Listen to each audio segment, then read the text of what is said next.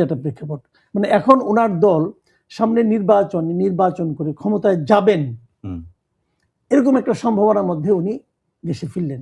পরিবেশটা এরকম, মানে উনি বেসিক্যালি সরকারের দায়িত্ব নেওয়ার জন্যই এসেছেন, এভাবে আপনি বলতে পারেন। হ্যাঁ, মানুষ সেরকম ভাবছেন হয়তো।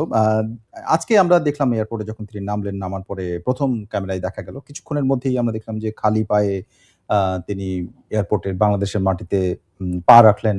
তারপরে বাংলাদেশের মাটি হাতে তুলে নিলেন এবং তাকে যে বাসটাতে তোলা হলো সেটাও পূর্ব প্রস্তুতি ছিল বেশ, এবং বুলেট প্রুফ বাস। এই যে প্রত্যাবর্তন, এটি তারেক রহমানের জীবন, তারেক রহমানের পরিবারের বাইরে বিএনপির জন্য একটা বড় ঘটনা এবং আবেগের বিষয় সেভাবে দেখা গেছে।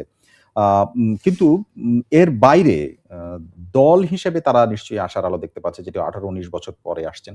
কিন্তু এই সময়ে যে রাজনীতি, যেটা নির্বাচন সামনে, এই নির্বাচনে একটি বড় দল অংশগ্রহণ করতে পারছে না, বিএনপি আগে যেভাবে অংশগ্রহণ করেছে সেই রকম পরিবেশ নেই। আবার বিএনপির সহযোগী হিসেবে আগে জামাত অংশগ্রহণ করেছে তার জোটের একটি দল হিসেবে, এবার তারা প্রতিদ্বন্দ্বী। এই যে ভিন্ন একটা প্রেক্ষাপটে, এটাকে আপনি কিভাবে বিশ্লেষণ করেন? দেখেন, প্রেক্ষাপটটা টোটালি ভিন্ন, টোটালি। আবার ধরেন ব্যক্তিটাও আমি মনে করি ভিন্ন, যদি নামটা একই আছে ব্যক্তিটা ভিন্ন। উনি যখন যান তখন তার সঙ্গে সঙ্গে কিন্তু ওনার যে বিদায়টা, ওই সময় ওনার কিন্তু কোনো অর্জন ছিল না, মানে যেহেতু উনি সরকারি ছিলেন না, উনি এমন কিছু সাধারণ মানুষ, হয়তো ওনার দলের কাছে উনি খুব বড় নেতা ছিলেন, হয়তো দলকে সারা দেশে গড়ে তোলার ক্ষেত্রে ওনার একটা অসাধারণ ভূমিকা তখন ছিল, উনি তখন কিন্তু সারা দেশে ঘুরেছিলেন, ওটা একটা পজিটিভ দিক হতে ছিল। কিন্তু সাধারণ মানুষের কাছে তারেক রহমানের যাওয়াটা খুব একটা দেশের জন্য, জাতির জন্য ক্ষতিকর ছিল, এরকম আমার কাছে তখন মনে হয়নি। তখনও তো আমি দেশে ছিলাম, মনে হয়নি।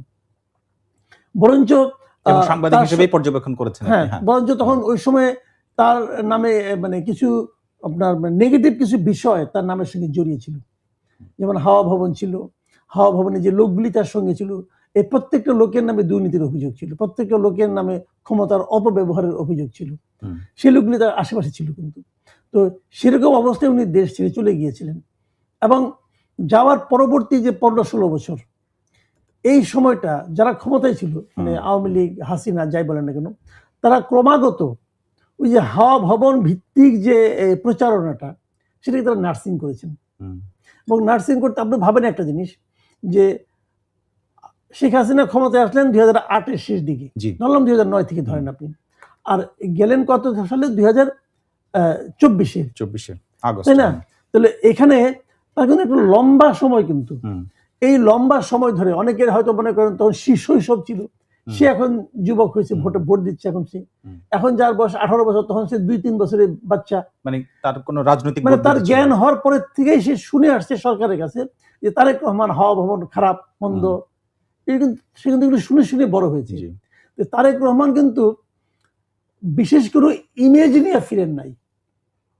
উনি যখন গিয়েছিলেন সেই সময় ওনাকে যে নেগেটিভ ইমেজটা ধাওয়া করেছিল, এবং যে নেগেটিভ ইমেজটা পরবর্তী 15 বছরে সরকার সারা দেশের মানুষের মধ্যে ছড়িয়েছিল, সেই ইমেজটা কিন্তু ওনাকেই দূর করতে হবে। মানে তৎকালীন সময়, মানে আওয়ামী লীগ যেভাবে বলতো, আপনি সেটা বলছেন, ওই ইমেজ বলেন, মিথ বলেন, যাই বলেন, ওনার নামে যেটা মানে মানুষের মধ্যে ছড়াইয়ে দেওয়া হয়েছিল, সেটা হলো একটা নেগেটিভ একটা মিথ, ওইটাকে কিন্তু ওনাকেই ভাঙতে হবে। এটা কিন্তু ওনার দলের লোকজন বলে ভাঙতে পারবে না। এবং ইন্টারেস্টিং হলো, যখন নাকি গত অগাস্টের পরে যখন নাকি আওয়ামী লীগ সরকার চলে গেল এই দেশ ছেড়ে, তখন সারা দেশে বিএনপির বিভিন্ন প্রত্যন্ত অঞ্চলে মাঠ পর্যায়ের নেতাদের মধ্যে যে আচরণ মানুষ দেখেছে, সেই আচরণটাও কিন্তু ওনার রেখে যাওয়া সেই মিথটাকে আবার পুনরুজ্জীবিত করেছে, মানে খানিকটা উস্কে দিয়েছে বলা যায়। কোনো সন্দেহ, এটা শুনতে ওনাদের খারাপ লাগবে, বাট এটাই রিয়েলিটি। কাজে এখন তারেক রহমানের দুইটা কাজ এখন, মানে ওরা সবচেয়ে, এক নম্বর হলো ওনার যে নেগেটিভ একটা ইমেজ সাধারণ মানুষের মধ্যে ছিল আগে, সত্য মিথ্যা নিয়ে কিন্তু আলোচনা করছি না, আমি বলি যে পারসেপশন যেটা ছিল, ইমেজ, সেই পারসেপশনটাকে ওনাকে চেঞ্জ করতে হবে, এবং এটাকে ওনার করতে হবে ওনার ব্যক্তিগত জীবনযাপন এবং আচার আচরণের মাধ্যমে, ওনাকে চেঞ্জ করতে হবে। কেবল তাই না, সারা দেশে ওনার দলের নেতাকর্মীরা বিএনপির বিষয়ে সাধারণ মানুষের মনে যে একটা নেগেটিভ পারসেপশন তৈরি করেছে গত 1 বছর 4 মাসে, সেটাও দূর করার দায়িত্ব ওনাকেই নিতে হবে। মানে উনি খুব সুবিধাজনক অবস্থানে কিন্তু নাই, মানে অনেকগুলো চ্যালেঞ্জের কথা বলছেন। অবশ্যই যে এই অত্যন্ত বড় চ্যালেঞ্জ। আপনি তো বলবেন এই চ্যালেঞ্জগুলো থাকার পরেও তো উনি হয়তো ইলেকশন জিতবেন, ইলেকশনে জেতাটা কিন্তু চূড়ান্ত লক্ষ্যে উপনীত হওয়া নয়, আচ্ছা। ইলেকশনে জেতার পরে দেশটা চালাতে হয়। হুম। ওইটা হলো চ্যালেঞ্জ, ওইটা হলো চ্যালেঞ্জ। হ্যাঁ, কাজেই আপনাকে মাথায় রাখতে হবে অনেক কিছু। তো ওনার আশু চ্যালেঞ্জ যেটা, যে চ্যালেঞ্জের একটা ধাপ উনি ঠিক অন্যভাবে, আমি মনে করি ওনার যে আজকে বক্তৃতা, সেখানে উনি মানে কিছুটা হলো পূরণ করেছেন। সেটা হলো উনি মানুষকে একটা স্বপ্ন দেখাতে শুরু করেছেন। হুম। এটাই মনে করি খুব গুরুত্বপূর্ণ, এটা পারছেন। এবং ওই দুইটা যে ব্যক্তিগত চ্যালেঞ্জ, যেটা যে পারসেপশনটাকে চেঞ্জ করানো, এটা ওনাকে আগামী কয়েকদিনের মধ্যে করতে হবে। তিনি যে বক্তৃতা এবং প্ল্যানের কথা বলছেন, সেটাতে আমার একটা প্রশ্ন আছে, আপনার কাছে আমি আসবো। কিন্তু তার আগে আরেকটা মানে নেমে একটা জিনিস দৃশ্যমান হলো যে, আসার আগে সবচেয়ে বড় প্রশ্ন কি ছিল? যে তারেক রহমানের নিরাপত্তা নিয়ে কনসার্ন। বিএনপির অনেক নেতারাও বলেছেন। কিন্তু যে নিরাপত্তা বলাইটা আপনি দেখেছেন, বুলেট প্রুফ বাস, তারপরে বিএনপির নিজস্ব একটা সিএসএফ বাহিনী, তারপরে সরকারের যে তৎপরতা, যেটা পুলিশ, বিজিবি, আর্মি সবাইকেই দেখা গেছে নিরাপত্তা দেওয়ার জন্য। এটা আপনাকে যথেষ্ট মনে হয়েছে কিনা? এমনকি আমরা দেখলাম টেলিভিশনে দেখা গেল যে তিনি যখন প্রধান উপদেষ্টার সাথে কথা বলছিলেন, তখন নিরাপত্তার ব্যবস্থার জন্য ধন্যবাদও জানিয়েছেন। সেটাও সরাসরি শোনা গেছে। তো সেইটা আসলে সৌজন্যতাই, নাকি সেই নিশ্চয়তাটা নিয়েই তিনি দেশে ফিরেছেন? এবং আপনার চোখে যেটা ধরা পড়েছে, সেটা কি আপনার কাছে যথেষ্ট মনে হয় কিনা? দেখেন, যথেষ্ট না, আমার কাছে এটা বাড়াবাড়ি মনে হয়। আচ্ছা। আমি এটা পার্সোনালি পছন্দ করি না। আমি, আপনাকে নিরাপত্তা কেউ দিতে পারবে না। হুম। লক্ষিন্দরে কিন্তু লোহার বাসর ঘর করছিল, হ্যাঁ। নিরাপদ থাকতে পারে না ভাই। তাহলে নিরাপত্তা কিসের উপর ডিপেন্ড করে? নিরাপত্তাটা অন্য জিনিস।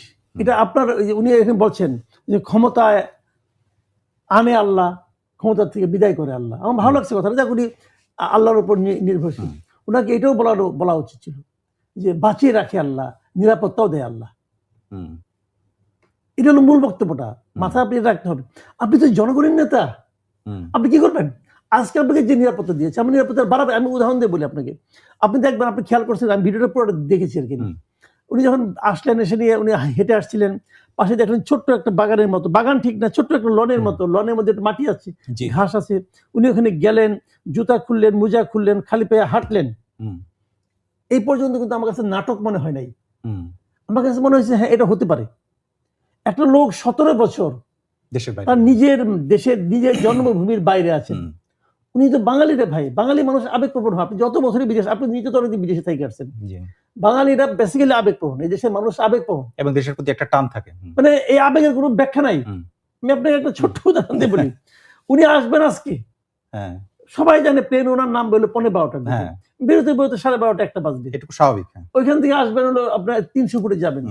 এই আজকে দেখলাম 3 ঘন্টা 20 মিনিটের মতো লাগছে, 20-30 মিনিট, প্রায় 3.5 ঘন্টা লাগছে। তো ওখানে উনি যাবেন, গত রাত তো থেকে ওখানে লোক বসে আছিল, এবং অসংখ্য মানুষ। কেন বলেন তো আপনি, কি লাভ বসে থেকে? আগে আসলে কি আগে পাবে? না, আগে আসলে আগে পাবে না। এখানে এক ধরনের আবেগই কাজ করে। এই আবেগটা কি অর্থহীন? আমি কিন্তু মনে করি না এটা আবেগ। আপনি কি করবেন? আপনি ওকে কেউ টাকা দিয়ে আনছে? টাকা দেয় নাই। ওখানে বরং যে জায়গাটা হয়েছে, ওখানে খাওয়া দাওয়ার ব্যবস্থা নাই এবং থাকা কঠিন। কোথায়? ওপেন জায়গাতে ভাই। কালকে আমার মনে হয় যে গত রাত্রে বাংলাদেশে এই বছরের মধ্যে সর্বোচ্চ ঠান্ডা পড়েছে এবং কনকনে হাওয়া ছিল। এর মধ্যে তারা জানে, এটা জেনেও তারা এটা এখানে আসছে, এবং কতক্ষণ আগে আসছে, 16-17 ঘন্টা আগে আসছে। তারা কি আজকে সকালে আসতে পারতো না? এখানে পারতো। ওনাকে আগে আসার কারণে একদম ওনাকে স্পর্শ করতে পারছে, তাও পারে নাই। তাহলে এই যে তাদের ফিলিংসটা, এই ফিলিংসটা কিন্তু অর্থহীন নয়, এই ফিলিংসটা বাঙালি হয়। তো আমি যেটা বলছিলাম ওনার কথা, উনি নামলেন, ওখানে হাঁটলেন, মাটি নিলেন, মাটির স্পর্শ নিলেন, একটু মাটি হাতেও নিলেন। আমার কাছে ভালো লাগছে, এটা আমার কাছে টাচি মনে হয়েছে। এটা যে দেখবে সেই খুশি হবে। কিন্তু ওই সময়ে ওই নিরাপত্তা বাহিনীর লোকজনের যে চিল্লাচিল্লি, চিৎকার, এই এসো না, এখানে যাও, এখানে দূরে থাকো, অমুক করো, তমুক করো, এগুলো আমার কাছে ফানি মনে হয়েছে, জাস্ট ফানি মনে হয়েছে। ওখানে কেন ভাই তোমার এগুলো করতে হবে কেন? আর কোন লোকের নিরাপত্তা হয় না? এই দেশে কি আসে নাই, ক্লিনটন আসে নাই? এই যে বিল ক্লিনটন এখানে আসছে, আসে নাই? তখন কি এই ধরনের ছিল? অন্য দেশের অনেক রাষ্ট্রপতি আসতেছে, এরকম হয়। মানে এই কতগুলি আনারই লোককে ওখানে নিয়ে বসানো হয়েছে। আমার কাছে মনে হয়েছে ওনার দলকে আমি বলবো যে আপনারা যাদেরকে নিরাপত্তা হিসেবে নিয়োগ করছেন, ওগুলো আনারই। হয়তো চিৎকার চেষ্টা ওনার দৃষ্টি আকর্ষণের চেষ্টা করতেছিলেন, দরকার ছিল না কোনো এগুলো করার। ওগুলো তো সব নিজের লোকই। ভিআইপিতে ওখানে উনি গেছেন, এয়ারপোর্ট থেকে তো বেরো হন নাই, ওখানে বাড়ির লোক আছে, সব তো নিজেদের লোক। তো সেইখানে এই নাটকটা করতে হবে কেন? আপনি দেখেন ভিডিওটা আরেকবার। জি, আমি একটু দেখছি। আমার কাছে একটু না লজ্জা লাগছে। এগুলো কি করতেছে না? আমি একটু টেকনিক্যালি যদি বিষয়টাকে দেখার চেষ্টা করি যে খালেদা জিয়া যখন অসুস্থ এবং হাসপাতালে নেওয়া হলো, আপনার মনে থাকবে মাত্র কয়েকদিন আগে তাকে এসএসএফ নিরাপত্তার বিষয়টি ঘোষণা করা হলো। এটা কি আসলে শুধুই সম্মান জানানোর জন্য, নাকি এটার মধ্যে দিয়ে সেই এসএসএফ নিরাপত্তা দিলে তার পরিবারকেও আসলে সেই বলয়ের মধ্যে চলে যায়, তার মধ্যে আসলে ইনডিরেক্টলি তারেক রহমানও ঢুকে যান সেই বলয়ের মধ্যে, এরকম নাকি আপনার কি মনে হয়? আরেকটি জিনিস যেটা সিএসএফ, যেটা আজকে আমি দেখলাম যে চেয়ারপারসনস সিকিউরিটি ফোর্স, সেটা আসলে কিন্তু সরকারি, এটা বিএনপির পক্ষ থেকে যেটা দেওয়া হচ্ছিল, এইটার সক্ষমতা তো আসলে এসএসএফ এর মতোই, নাকি আসলে আলাদা এবং এটা প্রাইভেট এবং এটা অতটা সক্ষমতা থাকে না? আমি এটা আসলে একটা প্রথম বলেছি, এটা আমাকে অপ্রয়োজনীয় মনে করি আমি। আচ্ছা, এবং এটা সক্ষমতা এসএসএফ মতো হওয়ার কোনো কারণ নাই। হ্যাঁ, এসএসএফ এর তো নিরাপত্তা ক্ষেত্রে ওনাদের তো একটা সরকারি স্বীকৃতি আছে, হ্যাঁ, এদের কি তা আছে? না, সরকারি স্বীকৃতির বিষয় না, তাহলে এটা দল থেকে স্বীকৃতি করা না হয়। থাকলে এসএসএফ যদি মনে করে যে এই লোকটা আমার যাকে আমি পাহারা দিচ্ছি তার জন্য বিপজ্জনক, they can shoot, hmm, just আপনাকে শুট করে দিবে। হুম। বলবে কি আমি মনে করছি সে আমার এর জন্য নিরাপদের মানে জন্য হুমকি, হ্যাঁ। হুমকি, সে করতে পারে। ওটা সিএসএফ পাবে? পারবে? পারবে না তো রে ভাই। হ্যাঁ, এটা ফর নাথিং। বরং এটা কি হবে জানেন, জনগণ থেকে ওনাকে দূরত্ব, মাঝখানে একটা বড় দূরত্ব, গ্যাপ তারা তৈরি করবে। সিম্পলি এই কাজটা করবে। এটা কোনো প্রয়োজন নেই। জনগণের লিডার উনি হবেন জনগণের লিডার। এটা হয় কি জানেন, আমি বলি আপনাকে, ওনার মধ্যে যে কিছুটা ভীতি কাজ করবে না করবে, কিন্তু ভয়টা কি হয়, ভয়টা কিন্তু এমনি এমনি আসে না। ভয় নিয়ে আলোচনা করতে থাকলে ভয় হয়। আপনি দেখবেন একটা জিনিস, আমি একটা সিম্পল একটা উদাহরণ দিয়ে বলি। গ্রামের বাড়িতে যখন আপনি যাবেন, রাতের বেলা গ্রামের বাড়িতে অনেকে হয়তো প্রাকৃতিক কাজ সারার জন্য ঘরে বাইরে যায়, যাওয়া আসা করে, কিন্তু যে রাত্রে ভূত নিয়ে আলোচনা হয়, সেই রাতে যে রাত্রে ভূত নিয়ে আলোচনা হয়, কিন্তু হয় না, ভূতের গল্পটা হয়, তখন ভূতের ভয়টাও বাড়ে। ভূতের গল্প হওয়ার পরে কিন্তু আর কেউ যেতে চায় না, বলে তুমি আমার সঙ্গে একটু আসো। এটা আমার জীবনে বহুবার ঘটছে। এখন ভূত বাবাজি যদি থাকেন তাহলে দিনেও থাকেন, তো দিনের আলো তো আসে না, তো রাতের বেলায় আসে। কখন আসে? যখন নাকি ভূত নিয়ে আলোচনা হয় তখন আসে। তো ওই গল্পকে তিনিও শুনেন নাকি? এগুলি কিছু না আসলে, মানে এইগুলি নিয়ে যত ওনারা বাড়াবাড়ি করবেন তত কি হবে, উনি আর জনগণের সঙ্গে স্বাভাবিক হতে পারবেন না। দূরত্ব তৈরি করা হয় ভাই, আপনার রিস্ক থাকবে, কার রিস্ক নাই। কিন্তু আপনি দুটো জিনিস মনে হয় কিনা যে বাংলাদেশে এর আগে আমরা নেতাদের বলতে শুনেছি, অনেক নেতার বক্তব্য ভিডিওতে শুনেছি যে দেশের মানুষ সাধারণের কাছে চলে যাব, আমাদের অত ভয় ভীতি নাই, কিন্তু শেষ পর্যন্ত এসএসএফ বলেন, পুলিশি নিরাপত্তা, র্যাব, বিজিবি, এগুলো নিরাপত্তা শেষ পর্যন্ত তারাও নিয়েছেন। আর এখনকার যে প্রেক্ষাপট, এই যে নির্বাচনের জন্য তিনি আসছেন, যদি ধরেই নিই আমরা, তাহলে এই নির্বাচনের শিডিউল ঘোষণার পরের দিন একজন গুলি খেলেন, ওসমান হাদি। তারপরে আরো বিভিন্ন জায়গায় গোলাগুলি বা এরকম আশঙ্কার বিষয়গুলো তো ঘটছে। তো সেক্ষেত্রে মানে উনি একটা বড় দলের নেতা, সেই জায়গা থেকে আসলে ভীতির কারণ আছে কিনা এবং পরিবেশটাও আছে কিনা বাংলাদেশে? শুনেন, ভীতির কারণ তো অবশ্যই আছে। এটা আপনার, এটা হলো কি জানেন, ভীতির জিনিসটা হলো একটা সামগ্রিক ব্যাপার। এটা হলো সরকারের ব্যর্থতা। এই সরকার, যে সরকারের দায়িত্ব নিয়েছে, ওনারা দেশব্যাপী দুটো অপকর্ম করেছেন। অপকর্ম, খুব বড় অপকর্ম এই ইয়ের ব্যাপারে। একটা হলো নির্বাচন বিষয়ে বলছেন, আইন শৃঙ্খলা রক্ষার ক্ষেত্রে আচ্ছা, বাংলাদেশের সবচেয়ে যার উপর সরকার যার উপর নির্ভর করবে সে হলো পুলিশ বাহিনী। পুলিশরাই আইন শৃঙ্খলা সাধারণত রক্ষা করে, এটি নিয়ম, সারা মানে পৃথিবীর এটি নিয়ম। সেই জায়গাটাতে এই সরকার ব্যর্থ হয়েছে। আপনি বলবেন যে কেন ব্যর্থ হয়েছে? তারা ব্যর্থ হয়েছে এই কারণে যে তারা বরাবর বলে কিন্তু যে পুলিশের মনোবল ফিরে আনা গেল না। আরে ভাই, পুলিশের মনোবল ফিরিয়ে আনার জন্য এই সরকার কোনো চেষ্টা কি করেছে? আপনি দেখেন তো, এই সরকারের কোন একটা পদক্ষেপ আপনি দেখাতে পারবেন যে পদক্ষেপ দেখে আপনার মনে হয় যে এইটা দেখে পুলিশের মনোবল ফিরে আসা উচিত? পাবেন না। বরঞ্চ তারা পুলিশের মনোবল ভেঙে দিয়েছে। পুলিশের নিয়োগ করেছে, তারপরে না, ওই নিয়োগটা তো কিছু হয় না।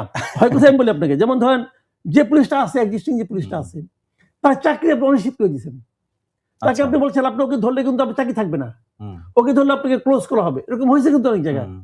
পুলিশের কিন্তু খুব শেকি হয়ে গেছে, তারা বুঝতে পারছে না আমাকে কি করতে হবে। আবার আরেকটা জিনিস কি হয়েছে, আন্দোলনের সময় কিছু পুলিশও মারা গেছে। এখন যত পুলিশ মারা গেছে এরা সবাই কি স্বৈরাচারী দোষর ছিল? আপনি তো বলতে পারবেন না, কিন্তু এটা এখনো বলা যাবে না।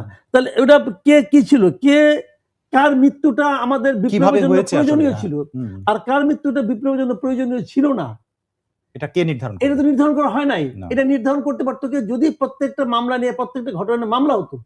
কিন্তু আপনি কি করছেন, প্রথমেই যে পুলিশ যারা মারা গেছে তাদের হত্যা কোনো বিচার হবে না, আপনি ওখানে একটা ইন্ডেমনিটি দিয়ে দিচ্ছেন। যখন আপনি ইন্ডেমনিটি দিচ্ছেন, দেওয়ার মাধ্যমে আপনি পুলিশের মনোবলকে কি চাঙ্গা করলেন না, এটা নাকি আপনি ডাউন করলেন? ডাউন করছেন। অন্য যারা জীবিত আছে তাদেরও তাদের মধ্যে দেখেন যে পুলিশটা মারা গেছে, মানলাম সে সরকারের অর্ডারে মারা গেছে, দেখেন দ্বিচারিতা এটা কোথায়? তার কি অর্ডার করছে?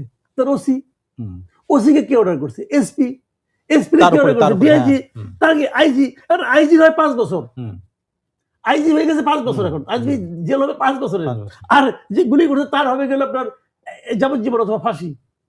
তাহলে মনোবলটাকে উঠলো? উঠলো না। কারণ আইজির কেন 5 বছর হয়? এই কারণে আইজি সাহেবের যেখানে বাড়ি, ওখানে আবার শিবিরের একজন ক্যান্ডিডেট আছে, উনি আবার উকিল মানুষ, এই সব মিলে হয়ে যায় আর কি। এখন এইগুলি তো ভাই এরা মনে করে কি কেউ কিছু বুঝে না, এই দেশের মানুষ সবাই বোকা, আমি একলা চালাক। ভাই আপনি একা চালাক না, সবাই চালাক। আপনি যে কারণ বাজার আপনাদের অফিস বাইরেন না ভাই, ওই বাজারে যান, সবজি দোকান যান, দেখেন সে আপনার যে কম চালাক না, সে রাজনীতি আপনার যে ভালো বুঝে। অর্থাৎ সব মানুষের একটা দৃষ্টিভঙ্গি আছে, সেটি বলছেন। আমরা একটু তারেক রহমানের প্রসঙ্গটা আসি যে এমনিতে 16-17 বছর তিনি দেশে নাই, যদিও বিএনপির সাথে তার একটা সংযোগ ছিল অনলাইনে, এবং আমরা নেতৃত্ব দিতে বক্তৃতা দিতেও দেখলাম, একসময় যদিও তার বক্তৃতা বন্ধ ছিল অনলাইনে। কিন্তু 1991 সালে যিনি প্রথম অংশ নিয়েছিলেন, আমরা এই সাম্প্রতিককালে দেখলাম যে তিনি নির্বাচনের যে প্রচার বিএনপির, সেটাতে সরাসরি অংশ নিয়েছিলেন।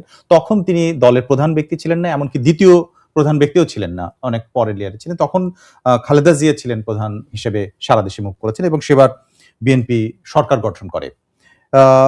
কিন্তু এতদিন পরে আসলেন এবং তিনি এখন প্রধান ব্যক্তি, যদিও খালেদা জিয়া প্রার্থী হয়েছেন এবং তিনি এই নেতৃত্ব দিচ্ছেন বিএনপি থেকে বলা হচ্ছে, কিন্তু কার্যত তাকে আসলে সামনে পাওয়া এমন কেমন মনে হয় না, ভিডিও মেসেজ দিতে পারবেন সেটাও এখন পর্যন্ত আমরা দেখিনি নির্বাচন কেন্দ্রে। সেক্ষেত্রে উনি একমাত্র এবং প্রধান ব্যক্তি এরকম একটা দৃশ্যমান। সেক্ষেত্রে উনার চ্যালেঞ্জগুলো আসলে বড় মানে পরীক্ষা হয়ে যাচ্ছে কিনা এটার, এবং কি কি আপনি কয়েকটা উল্লেখ করেছেন এর মধ্যে। শুনেন, এটা একটা বড় পরীক্ষার সামনে আছে। আছে কি, আমি নিজেও মাঝে মাঝে বলি, আমি গত মানে এই গভর্নমেন্ট আসার পর থেকে, আগে তো ওনার মানে অন্তর্বর্তীকালীন সরকার আসার পর থেকে আমি ওনার ভিডিওগুলো দেখি, যে সমস্ত ভিডিও অনলাইনে পাওয়া যায় সেগুলো আমি দেখার চেষ্টা করি। আমার কাছে ওনাকে খুবই ম্যাচিউরড একজন পলিটিশিয়ান মনে হয়, ঠিক আছে? তো ওনার একটা নতুন রূপ আমাদের দেশের জনগণ কিন্তু দেখতে শুরু করেছে এবং আগামীতে দেখতে থাকবে। এই চেহারা তারা দেখে নাই, যদিও সে ক্ষমতায় ছিল না, সরকারি ছিল না, কিন্তু তবুও তার কথাবার্তা আমরা তখন শুনতাম।